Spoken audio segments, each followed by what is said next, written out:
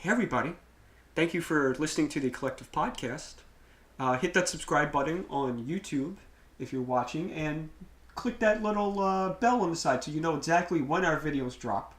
If you're listening on any other devices, hit that subscribe button, and thank you for listening and enjoy the show. But remember, get that leg.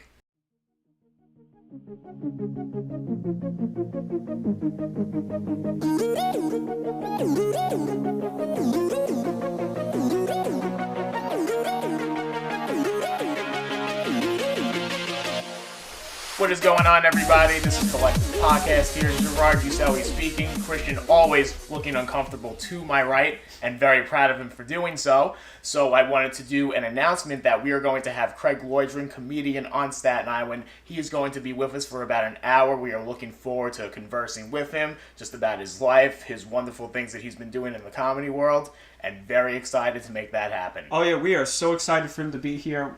We had him here about a month ago doing recordings for Chris Marciante's Satanist Mingle, which you can find on Vimeo. Just type in Guerrilla Revolution Productions. It's right there. Hilarious guy.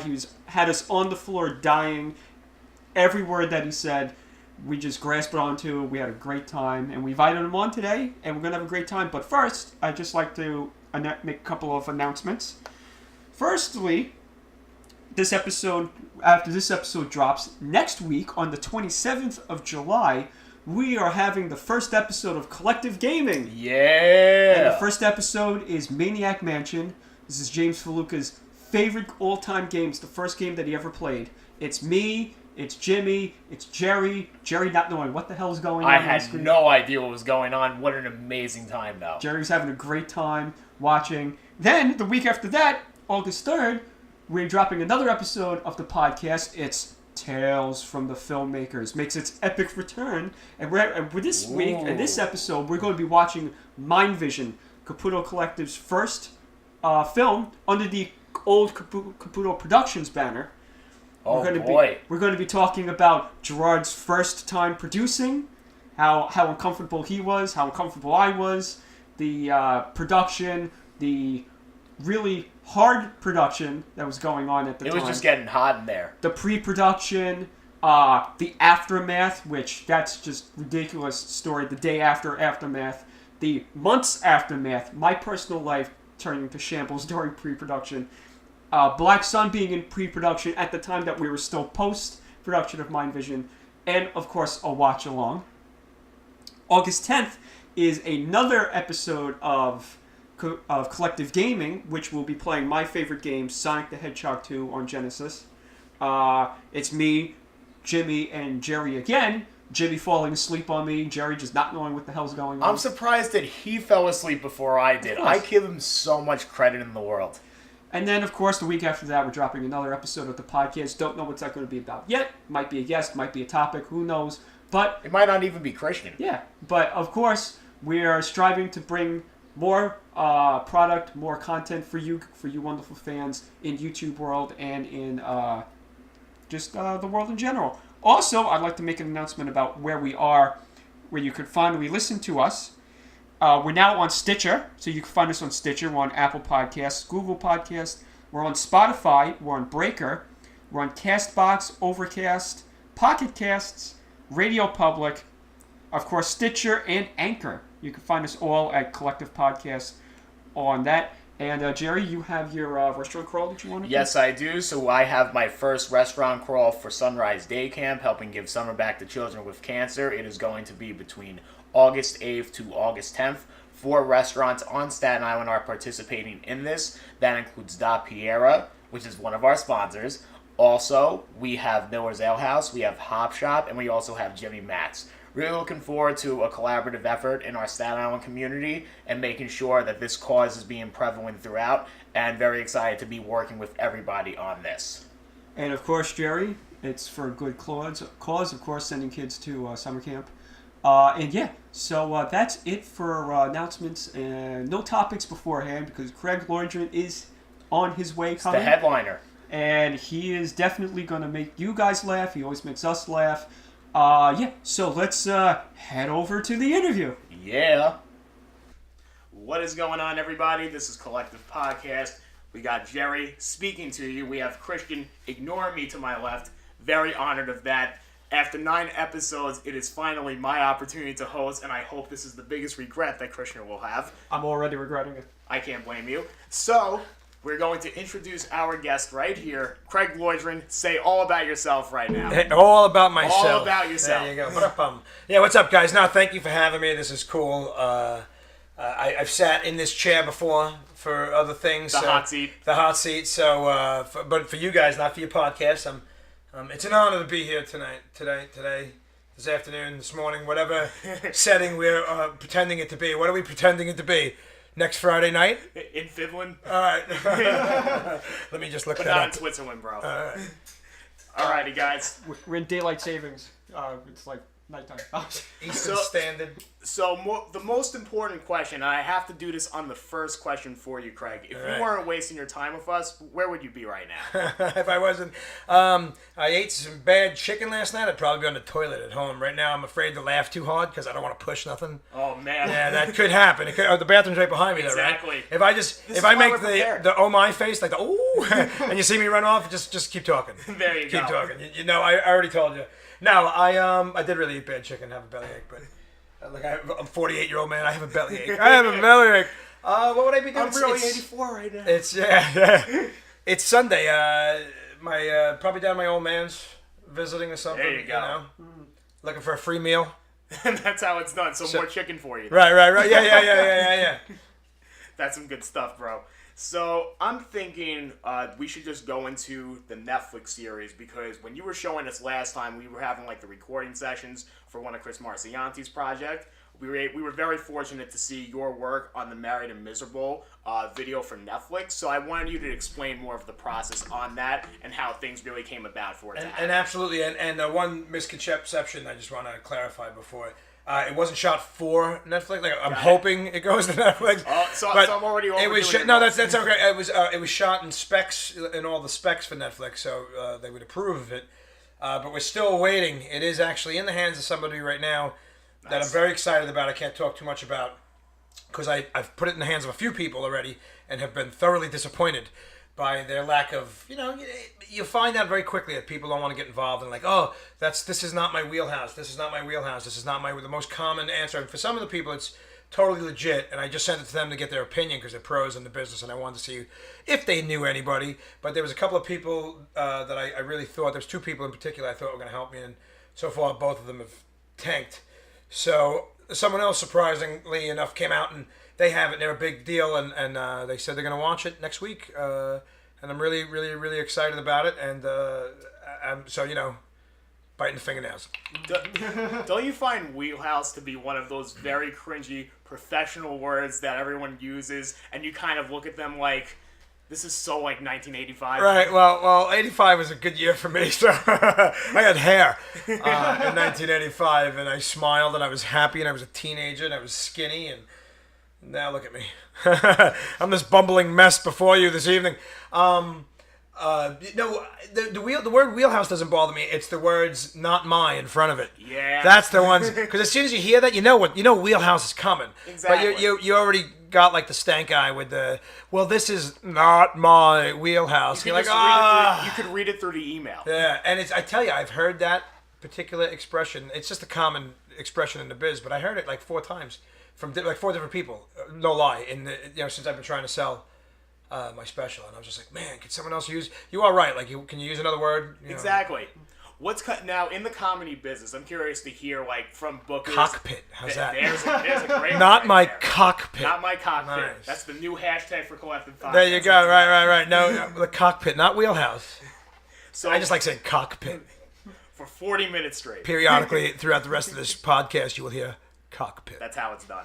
So when we were, so when it comes to like the comedy world and stuff like that, I'm curious to know like what are some other terms that you hear all the time from like promoters and stuff like that, whether it's on a good or bad basis, but it still kind of has that cringe effect. Well, you know what, New York, when you go like to the city, there's this guy. You want people to be honest with you, and in the city, a lot of times, most of the guys are honest. They might be brutally honest, but they're honest with you, like club owners and stuff. But that's the way you don't learn from people kissing your ass and patting you in the back. You know, the Oh, whole, you know, participation trophy doesn't teach real world life. So, but being told that, you know, come back in 6 months because you suck or whatever, Right. that's definitely going to wake you up. And or you get all pissy and you go home and think the guy's a dick, or you listen to him because he knows comedy.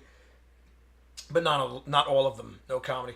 What do I hear? I don't know.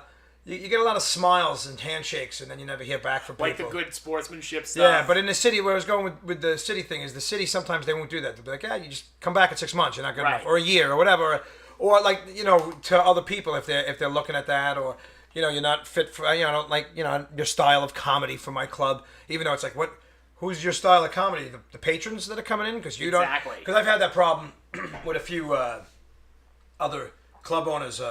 There's one in particular, I'm not going to name him or his club or anything, and we just got off to a bad start, and not off to a bad start, we got off to a good start, and then a couple of months down the road, I made fun of him from the stage, and that was the last time I stepped foot in his club, and that was like 2006. Oh, boy. So 12 years later, I'm still forbidden to touch anything that he has his name on.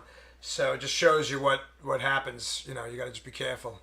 Was there ever a time in like the club where you've had to follow somebody that was either really good or really terrible? Both. And Absolutely. Like you knew the crowd was like really, not, I don't want to say mad, but really just like either exhausted from laughing so much, or like the guy was terrible Or behind you, where you were just like, oh. Oh yeah, well we had it wasn't just a couple of weeks ago. I had a horrible show. Yeah, with a group of really good comics, man. The crowd, we were down in Atlantic City, which is a terrible night. The people were just over. Some of them were really drunk. It was a hot day. The air wasn't working not in the club, in the whole casino. They were having air conditioning issues like 2 weeks ago, and people just kind of. They're kind of It's really hard to like. You got them to laugh, and then they would stop right away. And some pretty powerful guys went up, and they were just eating shit one after the other. And then you know, I went up and I do what I always do. I just go off. I'm an animal. I give it 150%, and hell yeah. I kind of semi won them over for it. But for what I did, that night especially, like the other guys, like why? I was like, because I don't know how to do it any other way. Like Exactly. really, you know. But we eventually won them over. But you know, me and like Buddha, but all the other guys that were there were good comics. It just shit happens. I've been in the city now. When I first started comedy, I'm 18 years. This August is 18 years I'm doing stand up. When I first started, I'll never forget, I was so afraid of my lousy 5 minutes. You guys know, when you start comedy, Oh, yeah. they tell you, write 5 minutes, and then you go and you do bringer shows, which means you have to bring 3, 4, or 5 people that pay full price to get your 5 minutes on stage. Then after you do a few bringer shows, you know, you do all the open mic nights, and then if you get lucky, you get to a club that likes you and sees your potential, and they start letting you bark for them or sell tickets on the street for stage time. And you go out and you're that guy in the corner, hey, comedy show tonight, you know? On 42nd Yeah. I was up on 50th between 8th and 9th. There you go. Yeah, and I had a lot of fun with it, but I did it for years. I did it for 3 different clubs, and you know, you'd up to, hey, comedy show, and you know, you'd make like $4 or $5 a ticket. So if you sold 8 or 10 tickets, you made $50, and you got your stage time. And if it was 2 shows, 50-50. yeah, and right, yeah. I was up there when I watched the guy go down to like $2 a ticket to the newbies, I know. and he was just like, hey, you know, you guys, you the old timers, like whoever's doing this, you get the old deal, but the new guys are getting less. It's like, wow, that sucks. It's like the starving artist. Yeah, because you go out and do 2 or 3 shows in a night, you'd run out. You'd sell, you come back in, you do your set, you'd run right back out for the next show. Oh, yeah. And you can make, if you hustle on a good night, you make $100, $150. If you're really good, I probably only made like 80. I was pretty good, but then once I made enough and I paid my gas and tolls, I was like, I don't want to do this anymore. I want to go back and be a comic. I don't want to be this guy on the street. It's like your 20 years of sanitation now. Right, but yeah, I was 5 minutes, you know, and I'm sitting there. I'm in a New York Comedy Club. Buddy Flip used to run an open mic in there. Really funny guy, been around a long time, great comic. And it wasn't an open mic, it was a bringer show. And I was in the back, and my wife was there, and my buddy Lou from my old job was there, and that was it. I had 2 people, so I threw like another $30 to like fill in the quota of what I was supposed to have to get my stage time. And the comics that went up that night, like that I looked on later to realize, like, because what they do is they always pepper in, like I did it for a while after I got more seasoned and doing my thing. I would be the guy getting paid, $40 or $50 to go do 10 minutes for this open, you know, the bringer show or whatever, you know. And but the first guy that came in, I didn't even pay attention, was Mitch Hedberg.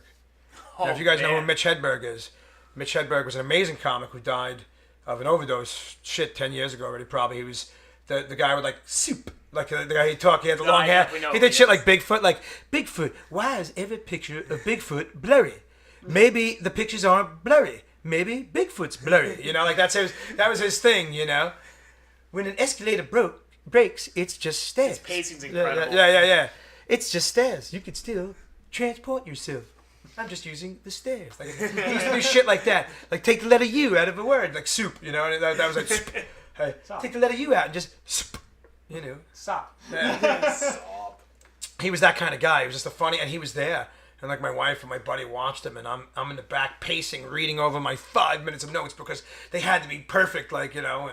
And another one that everybody got to enjoy that I didn't, although I met him a few more times after, was Patrice ONeal. Oh, wow. Yeah, but that's when I started 2001. Those guys already had names for themselves. They were already doing things and stuff. But they would be the guys coming in, like Joe DeVito, who was a couple of years ahead of me, but had a lot more like fame. And I'm still friendly with Joe, and he's alive. The other two guys are dead. Joe takes care of himself. But, you know, just guys that like I came up with, like guys that came in, Mike Vecchio, and they all kind of made names for themselves, and now they're out on TV, and I'm like, I'm sitting in your basement on a Sunday talking to you for a podcast. Nothing against you guys, but, you know. This is where the real fame and glory. Right. Oh, man. Oh, jeez. I keep looking at your shirt thinking it's a Guns N' Roses shirt, but it's not. It's some random emo band for the last year of War If- Tour. if Named Jerry's- Citizen, great band from Ohio. Yeah, Citizen Toledo, Ohio. It's a cool shirt, but every time I look at it, I'm seeing the Guns N' Roses symbol, but nothing else. I could see Are it you now. questioning- Yeah, the yellow and the white, Yeah, the circles. You questioning my immigration status? I might be, yes. Where are you from, buddy? Look at you. I'm from Ohio. What are you talking about? Yeah. If Jerry's not wearing a band shirt, I get very uncomfortable because it's like, what's going on? Exactly. What's wrong, Jerry? Anything else is like completely formal. I could be wearing his shirt. He's like, "What are you dressed for today?" If you were wearing his shirt, you know, you would look like a big giant baby in like a little tiny shirt, and a fat guy in a little coat kind of thing. There you Yeah. go. Not saying you're a fat guy, but he's like 12 pounds. Exactly. You guys, you I'm guys a are. solid 62. Yeah. I'm 15 pounds wet. There you go. Oh boy. You guys are every like big and skinny comedy duo ever. I was kind of thinking that the other week. Laurel and Hardy and Yeah. Lauren Hardy. I love Lauren Hardy. there you go. So you guys could be little. Christian, we have influences now for once, right? Yeah. There you go. See that? There was a project. So when Abbott you and were- Costello. Oh yeah. I love Abbott Costello. There was a project that you were here for last time called Satanist Mingle, and that was What was it called? Satanist Mingle. All right, because the Yeah, first time you said it, you're like, Yeah. I wanted to make sure you weren't afraid to say Exactly. it. I'm afraid to say it. I don't want the good dark Lord to show up here. We are doing this on Sunday, so the Right, this is true. Right. I'm trying to say Satanist, but God won't let me. It's His day. I just wanted to prepare before church, obviously. Right, No. Satanist. Isn't that special? That's a very special thing. So That's the church lady. Watch There you out. go. Maybe let me see. Possibly could it be somebody like say Satan? I used to love that, man. I love that. So as Dana we're on the subject, it's funny how I was messing up on that, but GAR-GAN-CHA. Oh my! The word. Explain the process. Well, before I explain the process, my OCD has to get out chopping broccoli. Because as soon as I throw the Dana Carvey, all I can hear in my head is I'm chopping broccoli. But you guys know that song? Oh, yeah, of course. Yeah, chopping broccoli. But I had to get that out, so now we can get the Garganta, right? Was it Garganta? We're still fucking up on this. Gargantua. Oh, was it Gargantua? Yeah. See, I definitely have. And what was the other one with the Z? Zartanya. Zartanya. Zartanya. See, at least I remembered that. Yeah, but Gar-GAN-CHA. Zarsanka. Yeah, I did have some issues with, you know, you get stuck on that one word, and it's not like it's fucking the word hello. I mean, Gargantua, like, and I'm doing all this other, and the good dark Lord showed me the way when I found Gargantua, you know, like, so I mean, I did it okay now. I guess I said it enough. It is in my head. But I did have issues saying it when you first brought it up. If you asked me the names of those characters in that, I would not be able to tell you until you said it. There you go. I'd be like, one's a G and one's a Z. Yeah, so. But how was that, like, shooting that? Well, I had a blast. You know what? And that's what when we first started the podcast, I said this is the second time I'm in this seat. The first time I sat in this seat talking into the microphones was, in fact, doing the audio, the voiceover work for that sketch, which is really funny. You guys find it out on it's on Vimeo. right? Or Vimeo, right? Oh, here's Oh, strike here two we on go. the... Let's have debates right Vimeo, whatever. Listen, I'm over. Anybody over the age of 40 doesn't have to pronounce Vimeo. or enunciate properly any of these kiddie things you guys are on. What are you on, the twatter? You know, so Keef. When I heard about Keef, I was like, I smoke Keef. Like, There you go. Yeah, like Keef is the greatest new app. I'm like, you ain't kidding. Apple, baby, on my eye. But yeah, so it's on Vimeo or whatever. Look it up. It's Satanist Mingle. It's on my Facebook page. And your guys, it came out really, really well. I had mentioned earlier, you know, anytime you do a project, big or small, you still, like, for me, it's my face. I don't want to just do anything. I've walked away from a few things, and who am I to walk away from anything? I'm nobody. Yeah. I shouldn't. But if I look at something, I'm like, wow, this looks really stupid. Nah, I don't want to be a part of it, you know? So, and then when I see something that looks pretty good, and like, this sounded good, but I wasn't quite sure. You never know, you know? You never know where it's going to go. And I didn't know Chris really well before he seen me do stand-up, and he was like, oh, man, you're, like, perfect for this thing I want to do. And then we talked about it for about a year and a half, and then we finally shot it. And then it took almost a year. It took about 9 or 10 months to get it all done and finished. But when he sent it to me, I had a show. He sent it to me that night. I worked all day, day job. Then I had a show that night. Ran, boom, boom. Came home. I just laid down in bed. I was exhausted. About 12:30 at night, I'm laying down. I'm like, oh, shit, Chris sent me this video. I got to check it out. So I watch it. I'm like, what am I going to see? So I watch it, and I started laughing in bed. Like, it woke me right the fuck up. And I was like, I could curse, right? Right. Yeah, it's podcast in your basement. So I've cursed at least 5 times so far. Right. So Gotta get on my level. Yeah, but when you have that smile going, no one can understand the words coming out of your mouth. You're like, you're so cute. I just want to squeeze you. Do you understand the words? The words come out. Oh, nobody understand the word coming out of your mouth.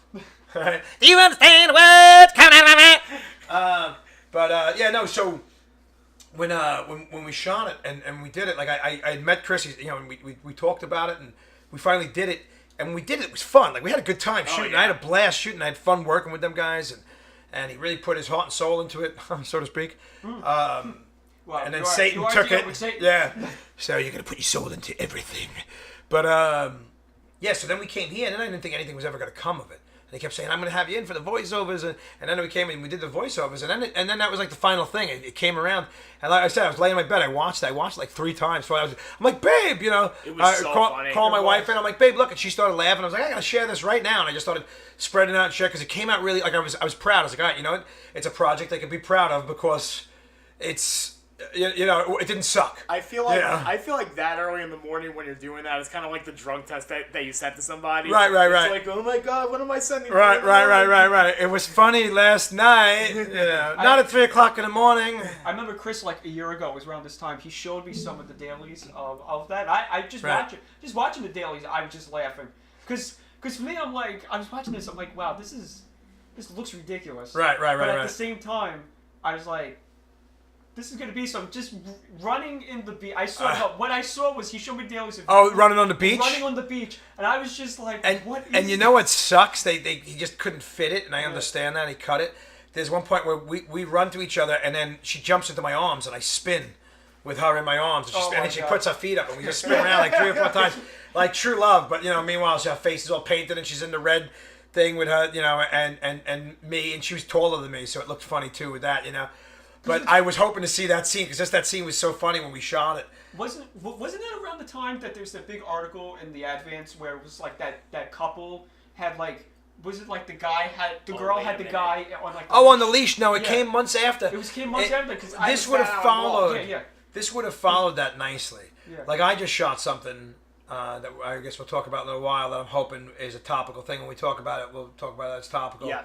That hopefully is done tomorrow. I'm hoping for the turn. You hear that, Chris? If you're listening, or when you listen, no, shit. You hear that turnaround? We finished filming Friday, so and it's Monty Bell. Call out. Yeah, I'm calling you out, man. And dude, I shot the. Yeah. I'm talking. Yeah. Well, because he knows Monty. Him and Monty do a lot of things together. I met Monty through Chris.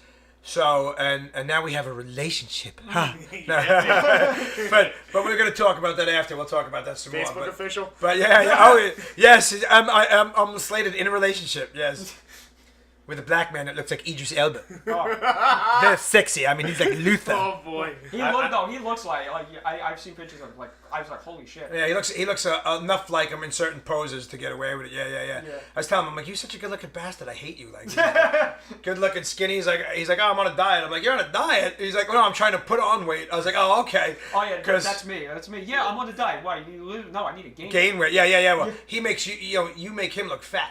and that motherfucker turned sideways, and my eyes can almost go between him, like Oh no, like he was in between my eyes. Yeah, you turned sideways, you disappear. Oh no, my dad used to be like, stand behind that tree over there. Where'd you go? Right. I can't find you. Thank God for that nose, baby. No, Otherwise, we'd never know where you are. It's a schnoz. You're like Paper Mario. Oh, nice paper. Yeah, he's like a paper person. No, yeah.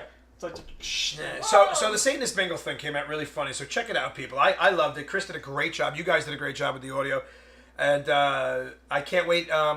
Isn't he? They got the Horror Fest thing. Right in October. What is it? I think it's like October mid-October. 20th, right? Or something. And that's his thing, right? Isn't it him and you guys? But he kind of pushes it's not that. Us, Right? it's him, but we've been like involved. Help with it. Yeah. But it's his. We're celebrity VIP guests. Nice. There you go. Don't insult us like that. Oh, sorry. I'll be a part of it. There My you go. Satanist Mingle would be one of the promo commercials. Oh, Wonderful. Yeah. We're hoping to get a trailer out for our thing like probably around that time. Hopefully. Yeah, but when is that? That's October. It's October 20th, I think. Hopefully by then my special will be sold, and I'll go there as someone more. So that's why we did that. Than We'll I be am promoted now. here before you got famous. There you go. Hey, Promoted listen. on the podcast. And That was fun, man. nudge, wink, wink. I'll come back once I'm famous. Oh. There you go. What's your price? What's your price? Nah. You guys, as long as you close the drawers, I'll do be we have fine. to I'm waiting for a little Indian to hop out of that cupboard. I'm just saying. I'm a little nervous. But Indian in the cover. Nice reference. Thank you. I'm stupid. I have no. My IQ is probably somewhere around 115. It's not. It's average. But my ability to retain useless information is uncanny. Here is the most important question that's going to really put you on the spot. Who do you think between us is the higher IQ? Well, the funny thing is, by looking at him on a visual, you almost would think, but probably you. Ooh. Hey, I can pontificate my words.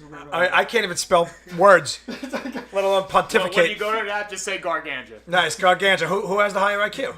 No clue. We have no idea. I thought you knew. No. I figured because you're both pretty high. Well, I mean, I'm the only one that should be high right now, sitting looking at both of your fucking mugs right here, but it is smiling mugs. It's so well, because you just smile at everything. You are like the smiley guy. You're like Guy Smiley. Oh my God, another character. Boy. Do you know that reference? Do you know who Guy Smiley was? no idea. Guy Smiley. He was the roving reporter from Sesame Street. Would you mind if I do a really, really terrible pun segue? You might as well. My glasses have a little bit of a fuzz on it. Oh! Hey. Is there a little fuzz on that lens? Let me Is there see. fuzz on that lens? Speaking of production Yeah. and producers, Fuzz on the Lens production. Nice segue. Yeah, nice but the funny thing was, I think you really did have something on your glasses. Yeah, I really did. So Might have been a little ball of spit from Jerry. Exactly. He just sits there and he gets all excited. He starts foaming a little bit and just flies Yeah. out. I now know why you have the spit guards on the mics. Because Jerry's like, you like that dog, like the Shar-Pei. Like, you're just smiling the whole time. You're welcome. And you drool a little bit. Yeah. I want to pet you. I really There you do. go. There you go. Oh, I'm so jealous right now. But Fuzz, you worked on Abnormal Attraction. You know what? Fuzz on the Lens production, Staten Island guys, they're going to be huge. Another, a little backstory on them or just whatever, or ironically enough, they're all Farrell graduates. They all graduated Farrell High School, much like the other four guys, because there's like four main guys with that. The other four main guys that we all know that are famous from Farrell High School are 5 years older than them, the Impractical Jokers. Yeah. And they all stayed together. And now the Fuzz guys actually did some stuff they shot a video with Murr.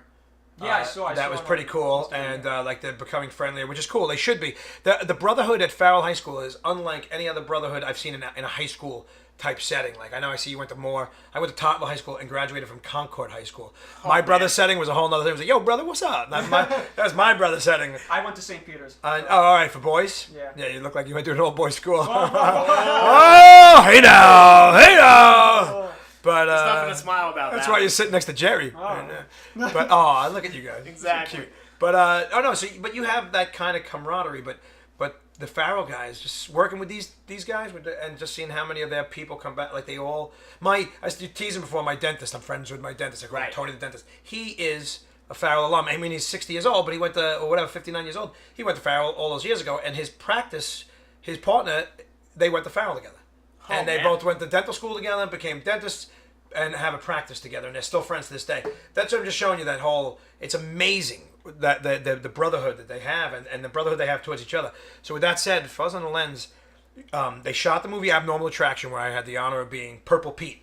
Great movie. The one-eyed, one-horn flying purple people eater. You guys went to see it, right? Yeah, of course. Did you go see the Manhattan? Yeah, dude, the Manhattan one was better because it was finished. It was. They finished up on everything. We've been saying like the differences were substantial. From, like, yes, the first and it time was that we really saw it. good. When I first seen it, again, you don't know what a project is until you see it. When I first seen it here, when they did the pre-one at the Atrium, I was very impressed. I was like, wow, they did a really good job. For the money that they had and everything they had to do this, they did a really good job. When I seen it in Manhattan, I was like, wow, it's like almost a whole, it's not a different movie, but it was just more. It just seemed like more. Right. And see, the colors were even better, and the special effects were a little better, and the sound was better. It was really, because they still had some sound things to finish up and little issues, and there was a couple of edits they missed. At one point in the first one, we seen, like, you seen the werewolf, not to ruin too much, but you see the werewolf character and you couldn't hear anything. Where in the second one, when you see it again, there was all the audio, because that audio just wasn't dropped. It was one little few seconds that was missed. I have to get the bootleg version to get it. You gotta get the old school one. But they literally ran there that night. They got there at like 6:30 or 6:45 with the reel to play it, with the actual reel of the film. Man. Wow. So they were pushing their luck. So they that was for the Staten Island one. They had it all done and polished by Manhattan, and it was amazing. But even the Staten Island was great. I'm honored. These guys, I don't know if you know, they're my production company for Married and Miserable, for my 1 hour special. Oh, wow. It's a Fuzz on the Lens production, amongst a few other people. Lloyd Bros, which is me and my brother, because we write, and we're hopefully going to get some things going on. Before we started this, I talked to you about some of the writing stuff that I'm doing. Me and my brother write together, and we're hoping to get some things set on the way here shortly. You know, we got some finished products. We're trying to get them moving. But I'm trying to move. It's hard to do this stuff. Are you trying to do more shorts and stuff like that? No, full-length features, man. Nice. Yeah, me and my brother wrote... Go big or go home, right? Well, yeah. I wrote one that, I mean, they're all copywritten, and, poor man copywritten, and they're registered with the Writers Guild and everything. Yeah. Mail to yourself, and I registered with the Writers Guild Association. And so, as much as that means anything... But I wrote one that I wrote and he helped, and then he wrote one that he wrote and I helped. Like, I said, the seasons I was talking to you guys about before. It's an adolescent, teenage, growing up in Staten Island, kind of funny. It takes place over 4 seasons, and it's really good. And then my brother's story that we wrote together, but it's his brainchild, is the Red Hat Society. Really funny, and actually an executive actually read it. A big executive read it out in Hollywood and told us what to fix and send it back. So nice. Yeah. So we have some good things happening with that, and so we're fixing it to send it back. So and that actually is the same Hollywood executive that just didn't know I was a comic and just found out I was a comedian. Took my special. Oh wow! The other day and said that she'll watch it next Thursday or Friday. That's crazy. Yeah, that's when I said in the beginning I had somebody. It's her. She's a big executive producer. I don't want to name drop or anything, but she's big enough where she said she's judging a screenplay competition right now. Christian Caputo. Oh, whoa! Yeah. Dropping. Exactly. That's how you really drop it like it's hot. Yeah. Like that. Woo! CC. Yeah, CC. But anyway, so we have things in the works, but you don't ever know. You never know. People, again, it goes back to just like when I was saying before, they smile, they shake your hand, and then nothing happens. You don't know what's going to happen until it happens, and it's all about who you know, not what you know. You could be the funniest comic, you could be the greatest writer, the most amazing actor, and unless you know the right people or get in front of the right person at that right time, you're going to grow old wondering what the hell happened. But doesn't mean you shouldn't try. Exactly. So my thing to you guys is always go out. If you want to try something, do it, man. Oh, hell yeah. That's what we're here to do. Nice. But what was it like working with Tyler Mane or were you? No, I did work with Tyler. Yeah. Who on set were you with? Well, I shot with him, Mike Buscemi, which is Steve Buscemi's brother. Right. Taylor Mane, and then all the people the regulars, the guys that you see, but the 2 bigger names that I shot with were those 2 guys. I missed Tom Hanks. Jim Hanks. Tom Hanks' brother. It was like the brothers movie. Like it was Jim Hanks' brother Tom. Tom Hanks' brother Jim was in it. 4 brothers. Right. And no Marky Wahlberg though. But it was cool. Taylor was a really cool dude, and his wife was there and stuff. It was really fun to work with them and just busting balls with them. And I had to sit in the makeup chair for a few hours every day because I was purple and they had to get me made up. And he was Bernie the Cyclops, so he had to sit in the chair too and get made up. So, he's great character. Yeah. So funny. And then the other, well, Ari Barkin, you know Ari. Met him. He was Garry the Goblin in that. But he's been in a lot of things, and we've gotten friendly. I like that dude. And Michael Barra is actually another guy we were shooting with. And they were all. Michael Barra was the Abominable Snowman. And he is now. He just another great character. Yeah, and thing about Barra. Barra's a singer. He's been in since the beginning. I think he just passed. They're at almost 700 shows now. He's in A Bronx Tale, the musical on Broadway. He's Jojo the Whale. Yeah, he's Jojo the Whale, and he's been in it since opening night. And his contract, they renewed his contract. They love him. So amazing. I know 2-3 months ago they hit 600 nights, performances. So I mean that was a month or two ago. So they got to be getting closer to. They do 8 shows a week. So 32, crazy. Another month. You're doing 100 shows a month almost. So whatever it is. So so they got to be around 700 shows. He's a great guy. Ari's great. Just like a lot of cool people. And I met those guys on the set of Abnormal Attraction. And Mike Levy, Jason Levy, Steve Della Sala. Those guys are great. Just Bobby the I went to school with them too. I went to school with them at Do you know St. Bobby? John's. In college. So like seeing their progress from film classes and stuff, and like their earlier films, and even people who mentored them along the way. Even their earlier films, dude. The Operation. Yeah, What a genius. I can't go past the podcast without mentioning Halloween, but their Halloween retro thing was great. I feel like every podcast I'm on, I have to mention Halloween. It's just their Halloween or just Halloween in general. Their Halloween. Yeah, I love their Halloween was great. Yeah. Jason played. Yeah. Jason was the brother Jason, which is also one of the big main guys. Michael. He was Michael in that, but he was also Finbar. I was telling when I was talking. And his character was so funny, man. I was talking to Mike and Jason. I want to say I don't remember if it was at the Atrium show or at the City show, but I was telling them you have to do something with Finbar. More with Finbar, whether it be a spin-off or a web series, something, because that's gold. His character is gold. The character is really funny.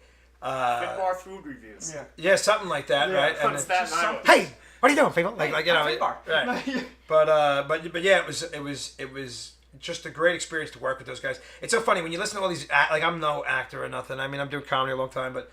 You listen to all these actors, and they're always every time they talk about a project, it was so great to work with this one. And I'm like, oh, shut up. Yeah, stop being lame. Just tell the truth once in a while.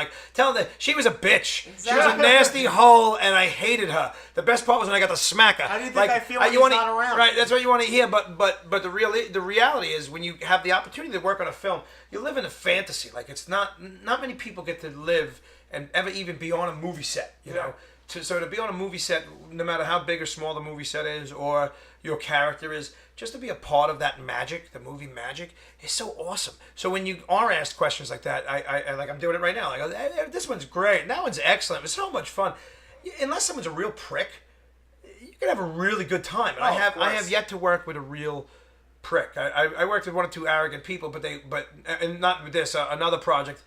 A while back, but they weren't bad people. They were just a little arrogant. They were educated, so they were a little pompous. The one guy was like a NYU graduate of fine arts and everything. James Franco was probably his professor. Right, something like that. But no, even better than that. But he was a nice guy, just a little arrogant. But he actually taught me. He was helping me with my acting, which was nice. So he wasn't bad. He just had a little bit of he carried himself I'm better than you, so I'll help you. I'm getting a master's. Right. Oh, you're just starting out. Right. Little boy, come and let me help you. Meanwhile, it's like how you were saying me and him were cute. Right. Right. At the time, I was 42 and he was 25. You know. Oh, jeez. And he's like, let me show you. But he did. I can't not say he didn't help me, give me some pointers. He was cool.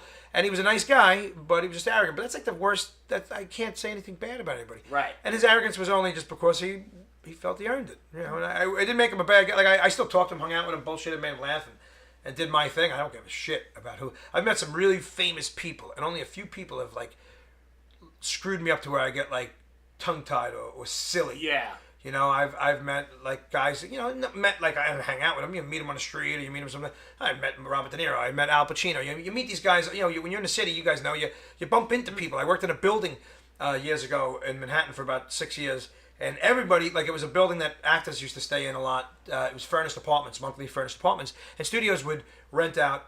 They were 2 and 3 bedroom, 1, 2 and 3 bedroom apartments, and they would rent it by the month. Got it. And so a lot of people came through from really famous to quasi-famous and everything in between. So I used to meet all these people and bullshit them. I was a doorman. I had like 3 jobs. I was a doorman at overnights. I was a plumber in the daytime, and I was working at the time. I wasn't even really doing comedy.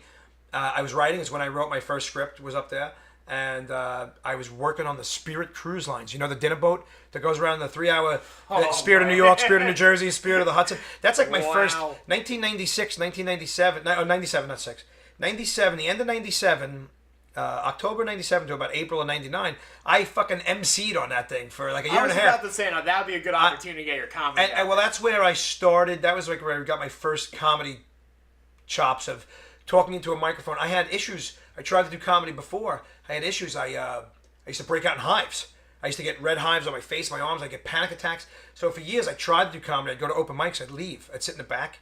I'd put my name down. They'd call me. I wouldn't go. I'd be afraid. I'd leave. Oh, yeah. So because I'd get hives, but I wanted to be a comic so bad. Even the first time I had to do that, I was so scared. 500 people on the New York, the Spirit of New York, and I'm in my little vest. You know, my little sparkly vest and shit. It was 1997, and it was my first time, and they gave me some lines and I had little cue cards and stuff. And I went out there, and even though I was red, and my arms were all hot, and I was all sweaty and sticky, I went out there and I did it, and I got through it. And that was my first time, like, breaking my phobia of being, because I hated the way my sound, like you were talking earlier, you screwed yourself up so monotone because you heard yourself in the headphones last time you had the headphones on fully. You'll never see me with both earphones on. One's on, one's off, because I need to hear what you guys are saying so I can hear my own voice. Exactly. Otherwise, you're talking like this. And I feel like it makes it less conversational, too. Right. So I want to hear one ear to hear what kind of sound drops you're dropping. Making sure you're not making me look like a dick. Wow. Yeah, I'm like, hey guys, and you're like, wah, wah, wah, and I don't even know, you know, bop, bop, bop, bop, wah, you know, and I'm like, yeah, that was funny, wasn't it? And you're like, bop, bop, bop, bop. Yeah, it was really good, Craig, you know. So I want to make sure you're not dropping that shit on me. Yeah. Oh, so, never. The Tiger. Like Chris, like never until you leave and we edit this and post. Oh no. Well, now you got to drop one in here so people know what I'm talking about. Here, we'll all stop for a second. What? And that's where you'll put it. Okay. Yeah, so I did that, man. I was on the Spirit Cruise Lines.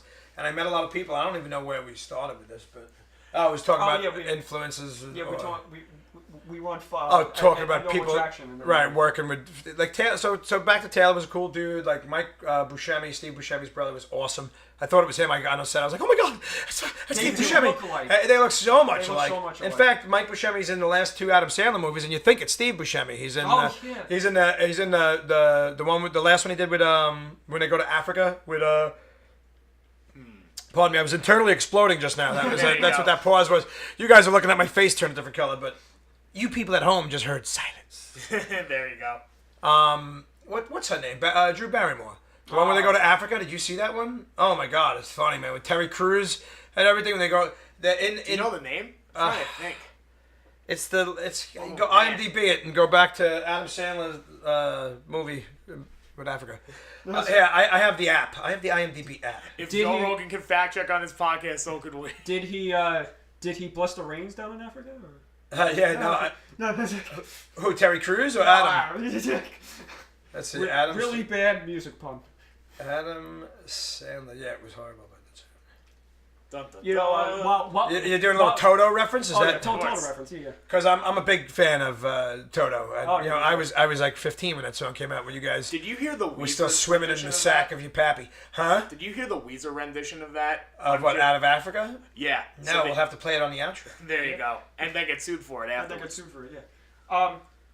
Yeah, well, you just say, can't you just get away with saying, I do not own the rights to this music, and I'm only going to play 30 seconds of it. YouTube flags. But I do real estate though. YouTube flags you and everything else, and everybody be like, "Oh, they played my music." It is what it is. But I remember when they casted for a Normal Attraction, they mentioned Malcolm McDowell, I'm a big Malcolm McDowell fan. Yeah, I like Fainted. Right. Well, Blended. Blended. That's what it is. Now I've heard of it. Yeah. Okay. Definitely Blended. heard of And it. you know what? It was really funny. Some people said it was shitty because it was them again. The chemistry that Adam Sandler and Drew Barrymore have is fucking uncanny. 50 First Dates Yeah, I was is my about to say, favorite. they did a 50 great First movie. Well, they Dates, did The too. Wedding Singer first, Oh, which yeah, is Wedding awesome, and that's a great movie. And then they did that. They did the 50 First Dates, and then they did this. And whether it's like, oh, it's Adam and her again, it's the same kind of story. So what? It's a fun, enjoyable story. Terry Crews is fun. A lot of the guys are funny, but Mike Buscemi's in a few scenes in that. And when I first watched him, I'm like, that's Mike. That's not Steve. That's It's Mike. that type of continuity that you want to see repeated again and again. Absolutely. Well, if you notice, like Sandler is the best for it. I hope I'm older now, so I won't ever have the kind of reign that he had and the run. But I'm hoping to have a nice little 10-year run here, where I get to work with my friends. Exactly. He gives all his friends work. I mean, his friends, they're all comfortable. You know, even if they only do his movies and they're making 50 or 100 grand a year on his movies, they have enough name to go out if they're a comic to make money as a comic and everything in between. And then they're making money on his movies every year. He puts them in something. So they're always active. Their SAG is always going. Their benefits are already paid, always paid. They get a few other little gigs a year to doing other things. And they all live well. So he's taking care of all his friends. So all his friends in his... That's in a his great community right there. category. Yeah. You look at all those same faces. And even if some of them... The one dude that he uses, I forget his name, he's in everything. If you look at his IMDb credits, it's like 18 movies and 15 of them are Sandler movies. Like, so that's all he really ever does. The one, 10 Second Tom, that dude. 10 second 10 time. second time. Yeah, I forget his name.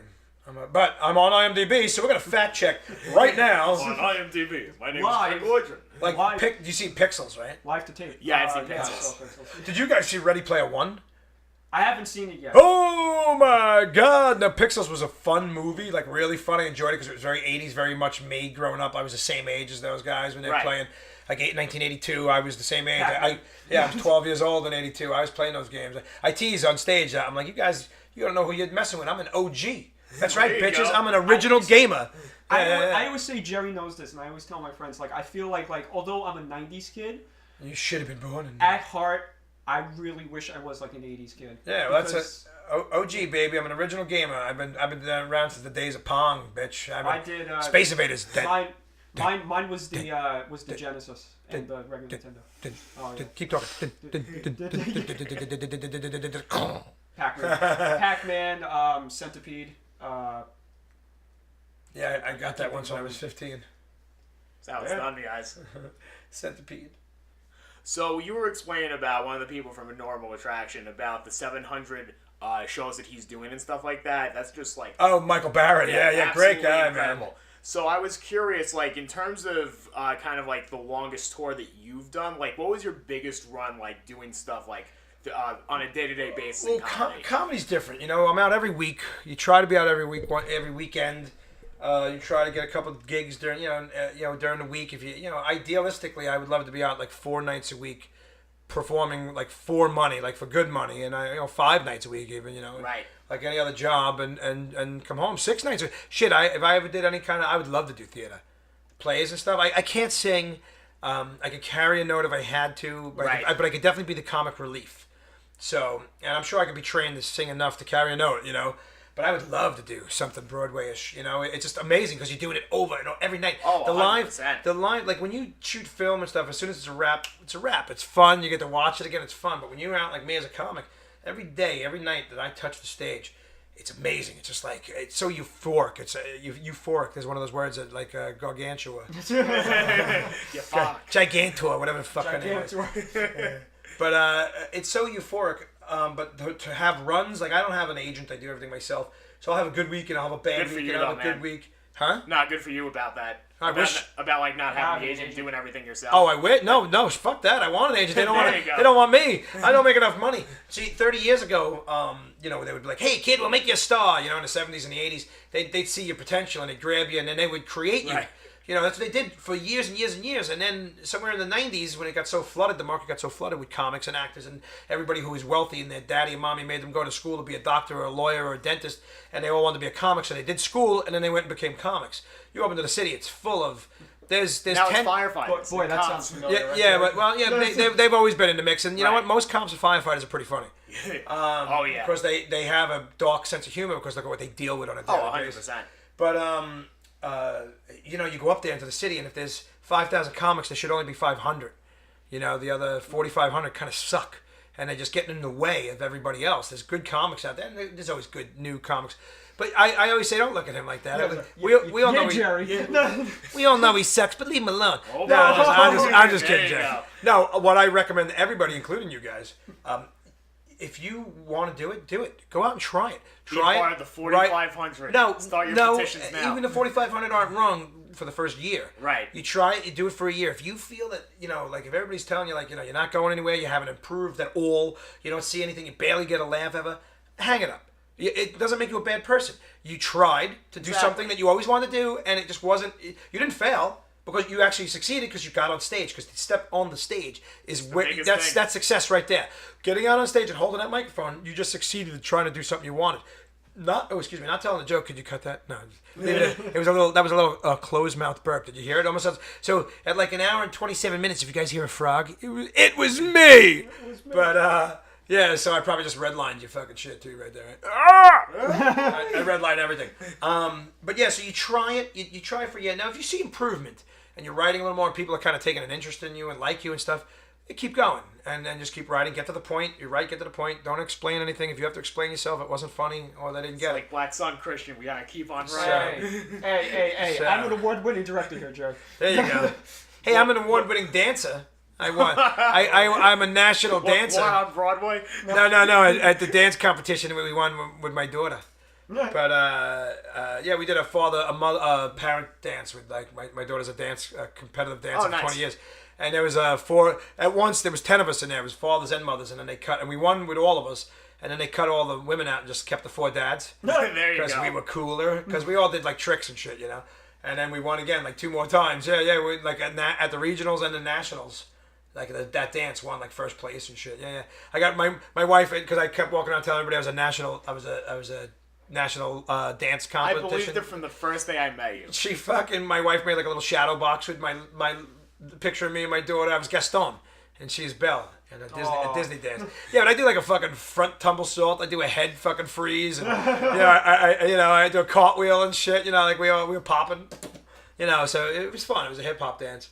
But yeah, so I'm an award winner too. Yeah, well, yeah. What award did you win for you? We won the best narrative. I love how he said wait. Wait, the best big gulp. See that one? Now I'm blanking here. No, we won the California Film Awards for best narrative short. Really? Yeah. In California, In from California, here? yeah. And you guys together? You and Yeah, Jerry? me and Jerry, yeah. Wow, so you guys are like a team. Yeah. Yeah. And his name's Jerry, even though he'd be, he'd be Jerry, yeah. Exactly. Well, me and Jerry, we've been producing or writing and Start doing calling you stuff for, Dean. Dean And Jerry. Another great duo. Dean Martin and Jerry Lewis, see? That's how it's done. Did I catch you guys just there? Yeah, of course. You didn't know what I was talking about? All right, I'm just making sure. You were looking at me like, what the fuck? No, I'm looking at Jerry like, no, I was making the face like, I would never know who Jerry he is. is. Me. Yeah, Abbott and Costello. You are so Lou Costello. Yeah. You're like, hey, Abbott! yeah. Yeah, I mean, you idiot. Right. What are you doing? What are you Who's doing? on first? I don't know. Oh man. Which is your favorite movie of theirs? Oh God, I probably I don't know all the names, but the one with the Dracula. Oh, When when they meet Frankenstein. Yeah, it might be Abbott and Costello meets Frankenstein. Meets Might be the name of it, Frankenstein, right? Yeah, with Bela Lugosi and Boris Karloff and Lon Chaney. He's just fucking amazing. But then the other one would do slowly I turn when they joined the French Foreign Legion. That one's great too. Buck Rogers, right? Is it Buck Rogers? No, that's that one from Mars when they're in the rocket. No, that's the other one. Abbott and Costello go to Mars. Yeah, that one's funny too. No, but the French Foreign Legion is not Buck Rogers. It's, No. I think it's Abbott and Costello joined the Foreign Legion or some crap like that. Yeah, or in the Sahara, and it's just that's the one. Slowly I turn, step by step. Yeah. You literally just made my mom's day when she hears this because that's like her favorite joke. Oh, all right, cool, Yeah, so, cool. like, Yeah. like, That's my mom's probably like when she listens to it. Oh She's my God. fangirl. She's fangirling right now. Yeah. nice. That's awesome. I feel bad that your mom had to listen to about an hour and a half of this crap before she got to that. She's like, oh, something I like. I'm proud of myself. Can't I just fast forward it? Where are we at on the timer, baby? My favorite is when they meet the mummy in the one scene when he's like, okay, pick your pick. I picked the shovel. Right. The shovel's your pick. Pick. How could it be the Yeah, pick? Right. Right. Well, that shit like that just goes on like Cheech and Chong. Oh yeah, Cheech and I think Chong. it's next movie. Dave's not here, man. Yeah, oh, Dave's not here. Yeah. But next movie, we're like, hey man, you gotta make a left. Make a left? Yeah, right. Oh, right? No, left, man. Left, no, right. How's my driving, man? Right. He's like stuck on the highway. Right. License, please. Oh, it's on the bumper, man, when he gets pulled over. It's called Staten Island driving. He smokes a really big blunt. And he's like, oh, yeah. oh my god. And he's like, yeah, man, my dog ate my stash. I had to follow him around for 3 days to get it back. Oh, man, we're smoking dog shit, man. Oh, I wonder what Chihuahua... He goes, no, I wonder what Labrador Retrievers taste like, man. He's like, fucking great. Speaking of like when you said like anybody could do stand up like for a year, I thought about it for a little bit. This like first year hearing about this, I thought about this for a little bit. I don't really know how the process goes. Like, I'll help you. I'll help anybody who ever asks. I've helped people out in the past, and what's the process like? So you just write like jokes, or is it just well, like, you gotta be you? The first step, you have to be. You write. Come up with 5 minutes. Think of stuff every day in your real world. Everybody always starts out dirty. You know, every comic. When you see a new comic, if you see someone up there like saying pussy and the C word and nasty stuff. It's like Ray Romano beats Bill Burr. Right. Like stuff like that. Or even worse, like most of those guys are new, and even me, like when you start out new, you tend to go dirtier because it's the first funny stuff you think of. But as you develop, and this is where the developmental part comes in, after a year, even 6 months, when you realize that's not so great, it got you going, it got you out there, got you to meet people, but now also listening to other people, you start to think about. You gotta really look at yourself. You gotta look at yourself. You gotta step out away from yourself and look back and watch yourself in scenarios like you two clowns together. You gotta blow yourself kisses in the mirror, Christian. That's how it's done. Well, after when you have a good set, you're going, yeah, I love me. So do I. I love right. But you clearly have to you write. You come up with 5 minutes. You get to the point. No long stories. No. And if you do a long story, it has to have a big payoff. The punchline has to be big. Otherwise, you want them laughing every 15 to 30 seconds. Almost not impossible, tough to do. Me personally, I try every like 20 seconds if you listen to my rants and my rambles. But I lock people in because I'm yelling and running around. People, if I go 30 seconds or 40 seconds before there's a payoff, the payoff's going to be bigger. So I'm not worried. But if you listen to my stuff, it's every 20 to 30 seconds I'm hitting everybody with even a little joke. Even if the bigger joke is at the end, you got to hit them along the way. Bang, bang, jabs, uppercuts, and then bang, bang, bang, knock them out. Like, remember that? Pizza, pasta. Remember I'm trying to remember. Joe Glass. You don't remember the game Knockout? No, is it Mike Tyson? Mike Tyson's Mike boxer. Tyson Yeah. There you go. Yeah. That's right, man. Come on. Oh no! You got Mike Tyson. Knock him out. I can't do a good Michael Jackson. Michael Jackson. I can't do a good. I mean, it sounded the same. Mike Tyson. Yeah, my Mike Tyson and my Michael Jackson. Tito did the same. That's the real happen. Right. When Michael Jackson meets Mike Tyson. Oh, Michael. Oh, how you doing, Michael? Oh, I'm okay, Michael. Oh, thank you, Michael. What's that on your face, Michael? Talking to yourself. You're talking to me. I think we just created his next stand-up joke. Yeah, no, that was horrible. I hope you edit it. But no, no, leave it in, man. You gotta take the good to the bad. Good with the bad. Yeah, so you write. You just get to the point. Write 5 minutes. Come up with even like 4 minutes. Get with a few minutes of you. You're everyday. You're skinny. You're fucking 12 pounds. You go up there and you make jokes about He's like fucking fat. What are you wind. talking about? You make jokes about like wind. Having an issue walking to the car on a windy day. And you guys think it's funny, but you're not the one with a cinder block. Whatever. Your mom tied a rope or whatever. Whatever it is. To your ass, you don't float away. I'm at the zoo. Kids are carrying me like a balloon. Hey, man, whatever it is. Like, look at me. Oh. But you talk about you weight, and then you said you have actually a disorder or whatever, or a disease that keeps you so skinny, right? So educate people through laughter of what you have wrong with you, and then they laugh at it, and then you can go on to. Your first 5 minutes you can tease about that, like you think I'm the skinny or whatever. You think I get laid, whatever it is. You tease about sex, you tease about masturbating, like saying when you're this skinny or whatever. I need 2 hands, but I'm not impressed. I just need 2. Look, see the size of these fucking things. I need 2 hands. Just anything. Wait a minute. Remember the show MTV's Made? Yes. So this is what it's going to turn into right here. This is going to be a constant session of comedic action. Let's do this. There you go. Greg teaching me how to be calm. Right, and I just watched you lip exactly what he just said. You were just like, yeah. Craig teaching me like. I know you guys couldn't see that's more of a visual, but Chris's mouth was moving. He was lip syncing. He was yeah. Baby, bye bye bye. He was singing. Bye. I seen him wave. Bye bye bye. But Dude, you even like you put your hands up and shit. You can you can just make fun of you. What I always do. I mean, I use people as a tool to get there. My family, a lot of times, my kids, my wife, friends, whatever the topic is I'm talking about. But it always comes back to me. You don't bash anyone else. You bash yourself, kind of. And it's self-deprecating, but at the same time, therapeutically, it's amazing. It does for me what no psychiatrist could ever do for me. I'd have to lay on a couch 3 days a week for 10 years.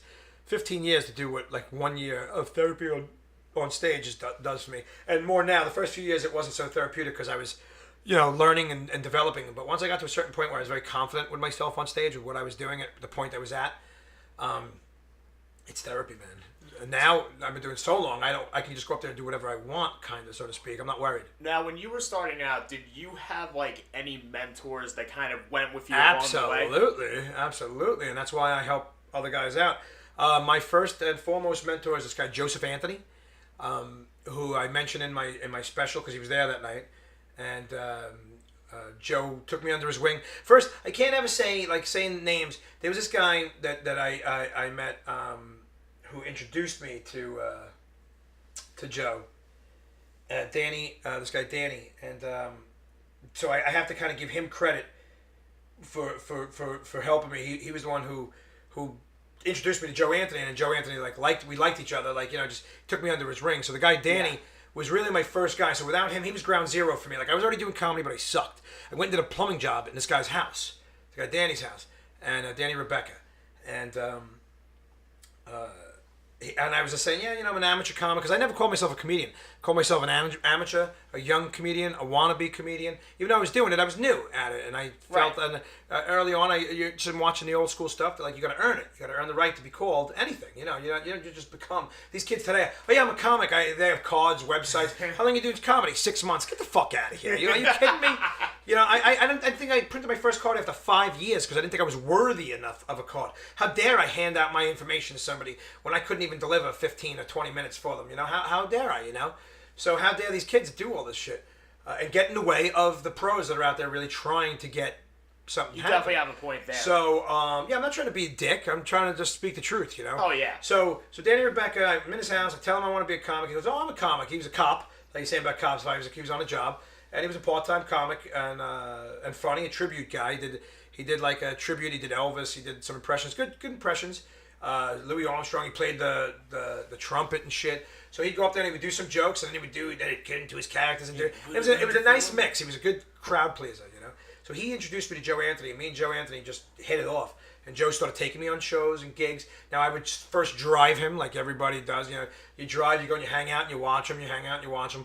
And he's like, yeah, I'll give you 5 minutes in between. Go up there, you got 5 minutes. Do your 5 minutes. And you do that a few times in between the comics. So if you sucked, they'd forget about you anyway because he had such powerful comics on. But it taught you were meeting other comics and you were in front of real people, real audiences. Not city audiences, not tourists, not people who pulled in off the street. But you were doing firehouses and Elks Lodges and stuff where people, comedy nights, they have comedy nights once a year, and it's the biggest event in their local community. And they're all over. That's our bread and butter, man. I do them all the time. I love them. I do firehouses, some of them for 6, 7, 8 years in a row now. I just keep going back and back, and they want me back.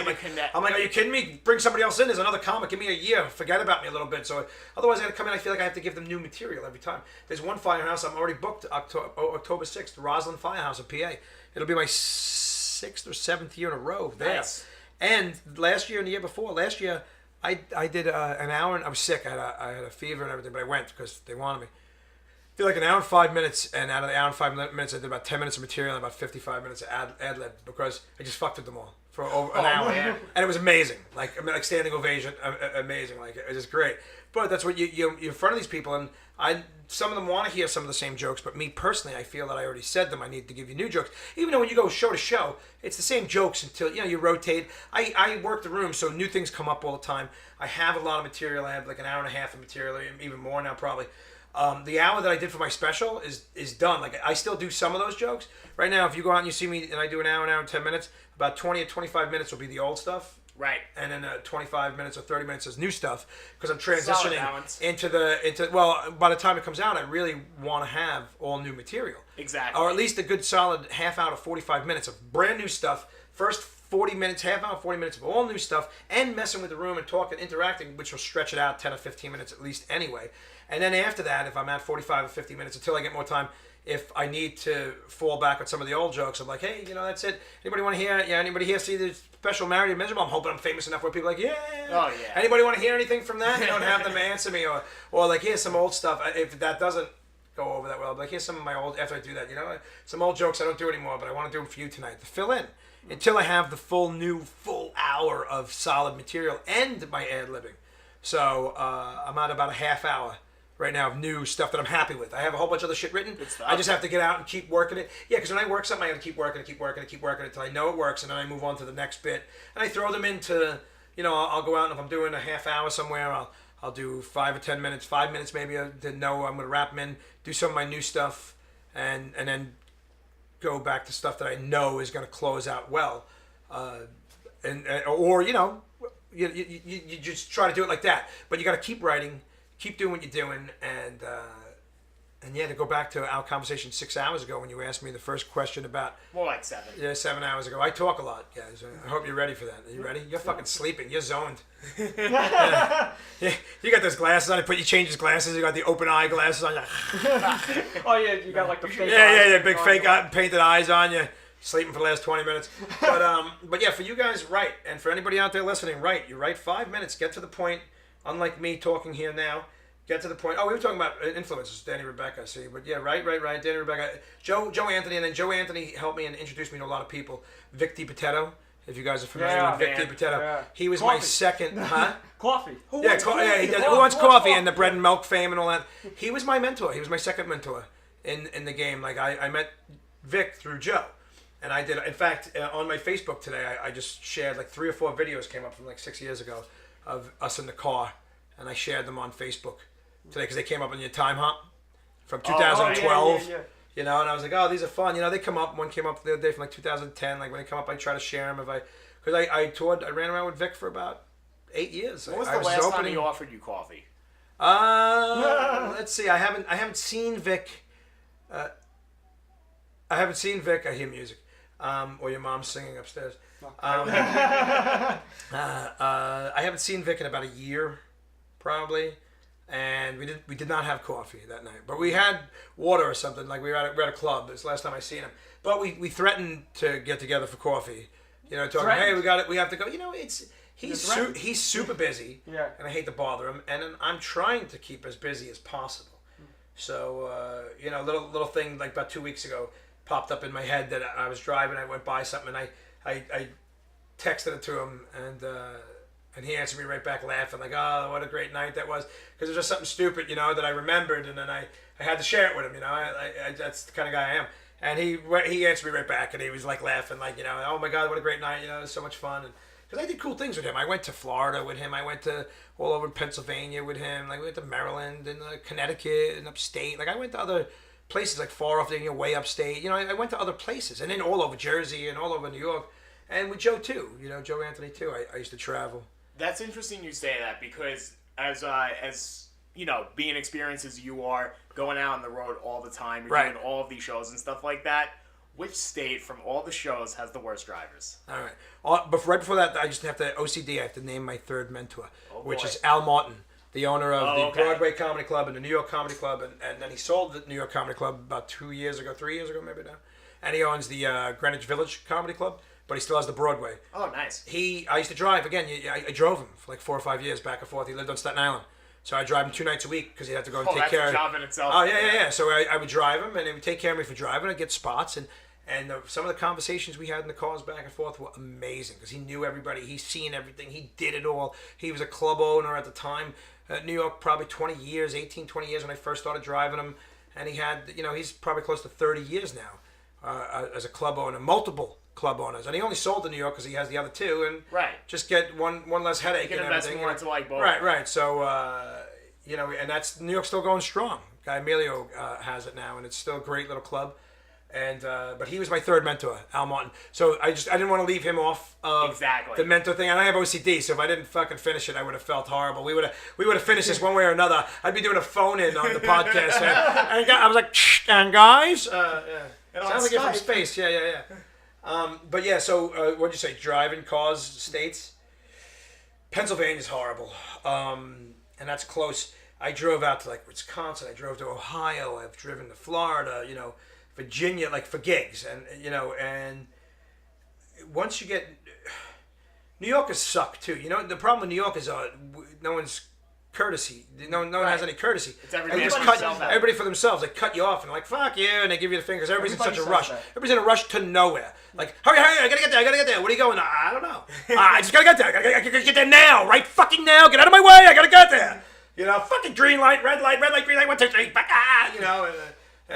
But you get to these other states where people aren't in any rush, and that can get just as fucking bad, man. You're out like Ohio and you're driving, and there's like Grandma Dynamite driving a fucking 1988 Delta, and the back is all down, and she's the original owner, and she's about 92 years old, and she's had that car for 31 years, and only has 45,000 miles on it, and you just see her eyes over and then she's like, drive me to my comedy show. Right, and she's swerving into the middle, and you try to get around, and you want to curse her out, but you're like.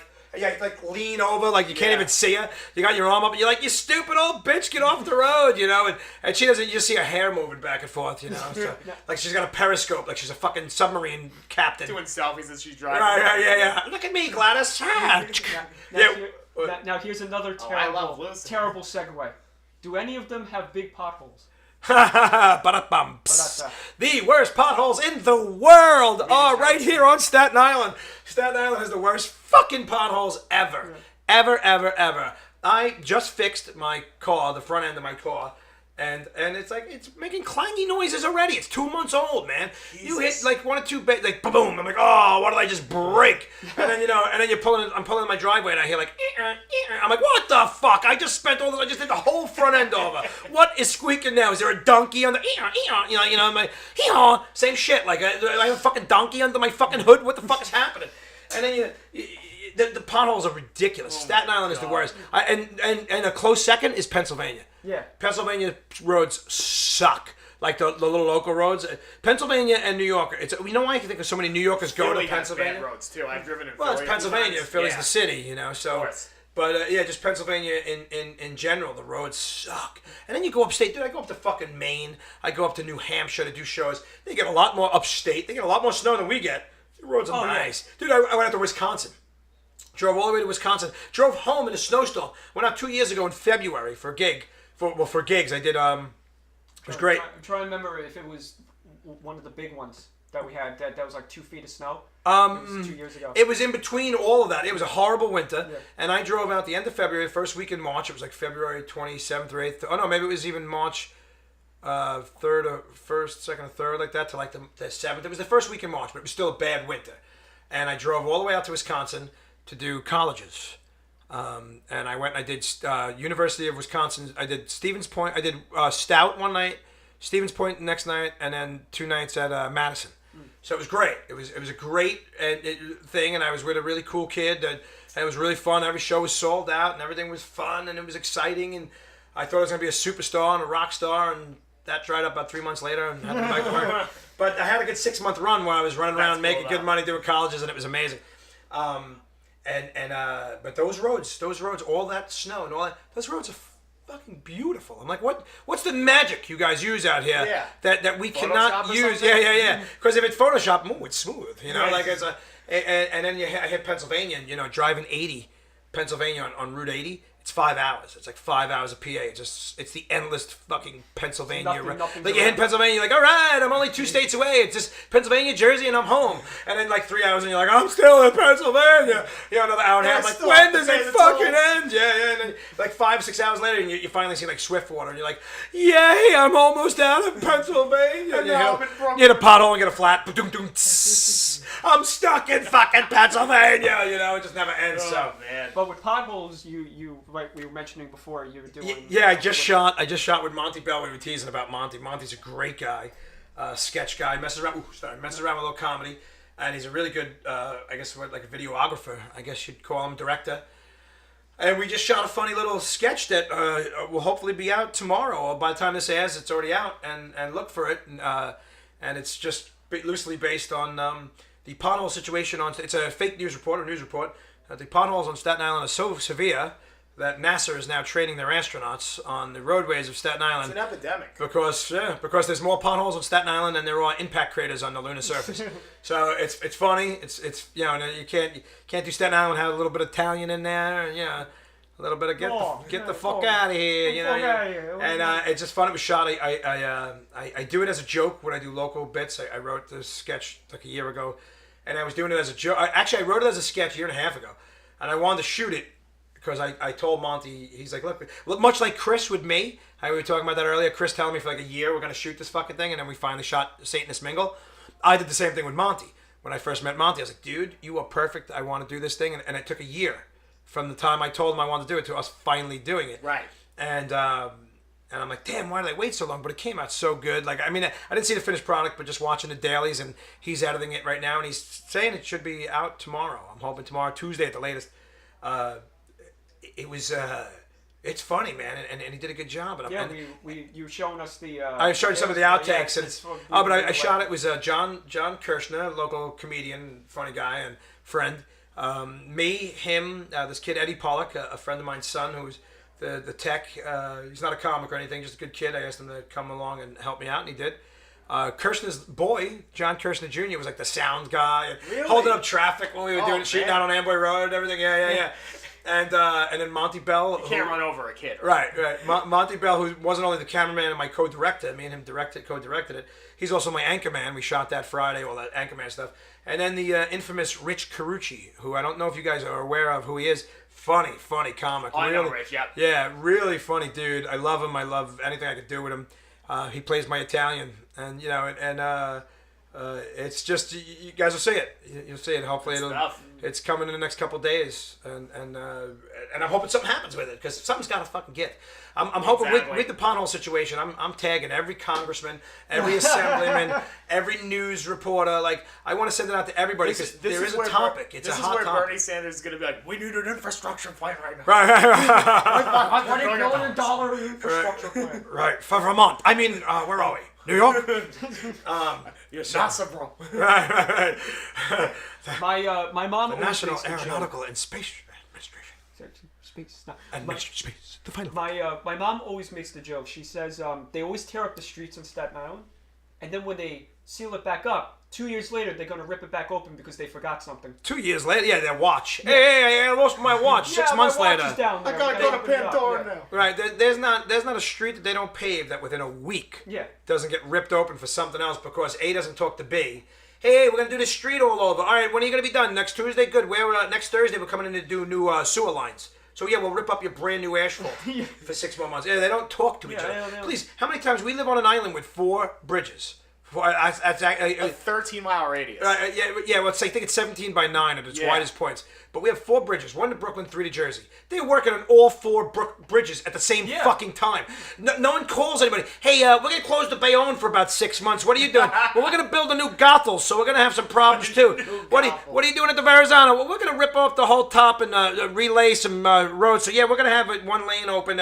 And the outer bridge is just routine maintenance. It's going to fall. Yeah, it's going to fall. But we're doing routine maintenance. We're painting it. It looks good. When it hits the water, it's going to look good. So, every you try to get out of fucking Staten Island, it's impossible. Exactly. It's 3 hours every direction. And it's a 17 by 9 at its widest point to point. It makes rolling roaster not even worth it anymore. Right. Oh, yeah. Oh, well, no, wait a minute. Corn fritters are worth it. In fact, now that you just said it, if you guys are going, you're bringing me some back. That's all I'm saying. There you go. And if you're going to go that far, you might as well go another exit and go to L&B. So that's what I'm saying. L&B pizza, Yeah, so, although there's a place on Staten Island now, Kiki's, out in Tottenville, on Yetman Avenue and Amboy Road, and they do a Brooklyn-style, the old classic pizza. Oh, that's right across from Mike's Bagels, Mikey Bagels. The old classic pizza. Yeah, you knew from classic. So many memories. Yeah. My friend has a restaurant. It's Da Pierre. It's on Victory. Right. It's they make some really good pizza. Like his mom is the chef, and she used to work at Italy. I don't know if you know Italy is. Is it right? Is it the bottom of the boot? No. Oh God! I just got that. Yeah, no, well, we're Sicilian, so we're not. Oh yeah. You're not even. You got a man. Oh, so you are black. We're being kicked out. We're being kicked out. Yeah. Italy gave you the boot. I watch it on Bugs Bunny, and they kick it. Yeah. But yeah, I wasn't plugging a restaurant like you all. I was just saying that you can get good L&B pizza from Kiki's on Yetman and Amboy. No, I have no relation to them. But the phone number is. But no, I'm just teasing it. If they have what's called the Brooklyn style pizza, 555 Bensonhurst 92134. That was for your mom too. That was not for you, Chris. That was for your mother. If my wife Trixie says I told you so when I get home, I'm gonna punch her right in the mouth. Little honeymooners for you. But yeah, no, they make a Brooklyn style. They call it Brooklyn style pizza, but it tastes 90%, 95% L&B. So if you want to save the trip and don't want to go over the bridge, pay the toll, suffer on the Belt Parkway for traffic, go to Forgottenville, Tottenville, How much Rottenville. is the toll now? How much is the toll now? Like $1,000? I wish. Like an arm? It's probably like 10,000 at this point. I think for like Brooklyn, as Craig is just zoomed in onto his phone. Because I was waiting for. I'm in Atlantic City this weekend. Oh. That coming up, and we'll have a private on Saturday on with my buddy Tommy Gooch, and then I have Sunday and Monday. I'm at the Tropicana on Sunday and the Showboat on Monday. So he just said, he goes, sorry for the delays. I'm going to send the link over now. Ray Vasquez. Thank you, Ray Vasquez. Hey, shout out to Ray. Do you know Ray? Yeah, you guys know Ray. Ray's awesome too, man. Ray was at my special too, and he helped me. He looks like you would be at your special. Yeah. He just looks special.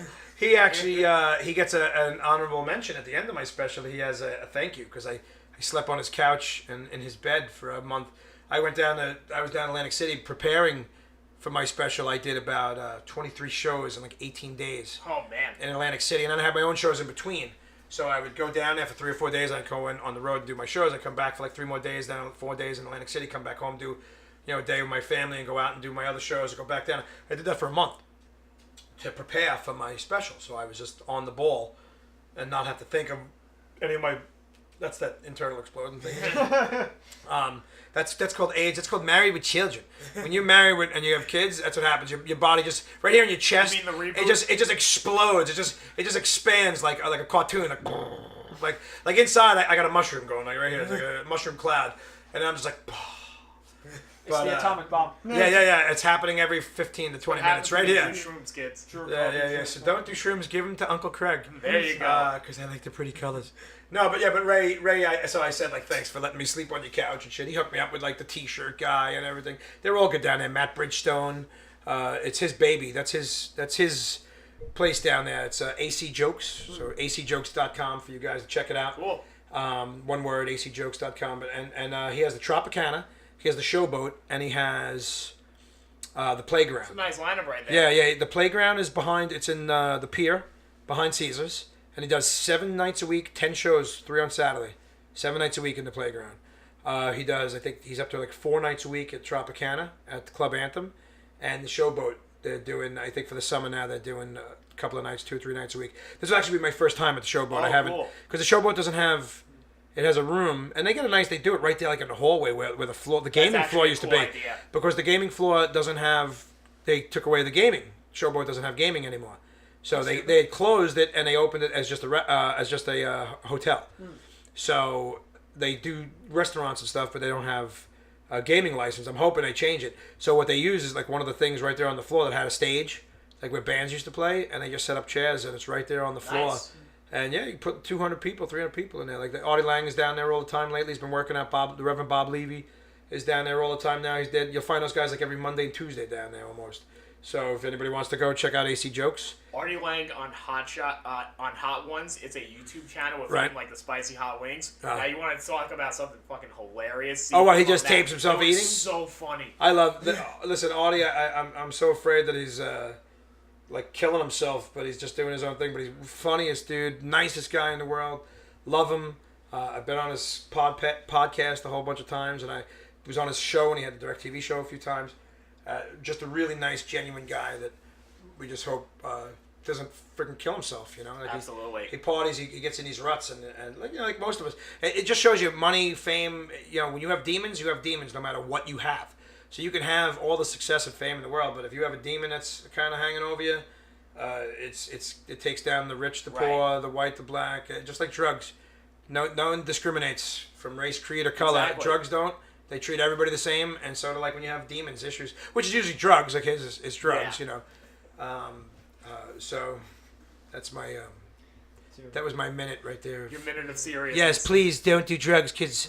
Give them all to me, and I'll dispose of them properly. As I'm holding my pen in my hand for the last hour, playing with the thing. But I was gonna ask you if I could smoke in here, but then I was gonna ask you if you could put the fucking air conditioning on. Oh baby. But yeah, we've been going like 80 minutes. So as a final thing, I want you to plug away all the shows you have coming up. I think I just did that. No, Your social media, and most importantly, your social security. Nice, yeah. My social security is 1001001. Listen, me for coming up, go to CraigLoydgren.com. Loydgren is my last name. Loydgren. It's Swedish. Everybody gets fucked up by it. And Craig, Craig. Like, Craig, how'd you get fired on your day off, man? But it's CraigLoydgren.com. Go look for my dates. August 2nd, I am with Rich Voss, the amazing Rich Voss. Nice. Beautiful Comedy Under the Stars in Linden, New Jersey. It's an outside amphitheater, like a 300-seat theater. Beautiful amphitheater, if anybody wants to go and check that out. This weekend, this probably won't air, but I'll be down there again in 1 or 2 weekends in August. You'll find me twice a month down at the Tropicana. Great. And all we just talked about, the Tropicana, the Showboat, and that's all at acjokes.com. Go to that. Go to my thing, and then I'm hoping this week, my this NASA thing, the right people see it and share it. Like I said, it's a silly, stupid thing on potholes. It was just fun to do. It's something I ever wanted to do.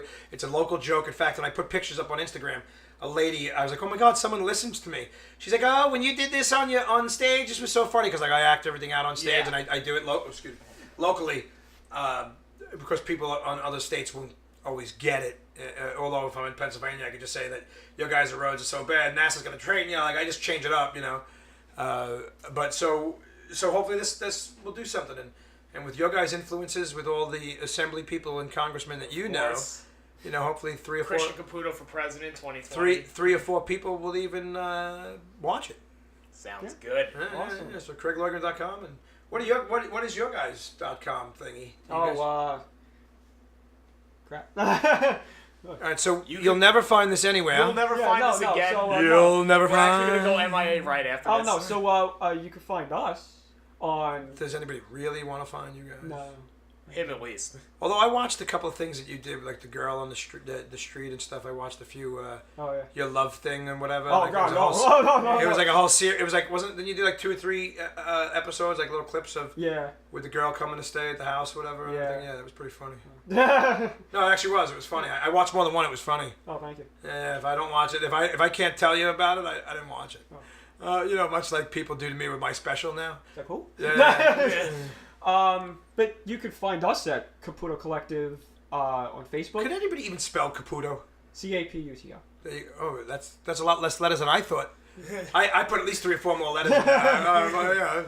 Caputo. You can find the podcast on Collective Podcast on Facebook, and Caputo Collective on Twitter. You find us everywhere on Stitcher. You can find us. Well, I did this in the wraparound in the beginning, but hey, Jay, how come you don't got no? Are you the collective? I'm the collective. He's the Caputo. I'm the man behind the mission.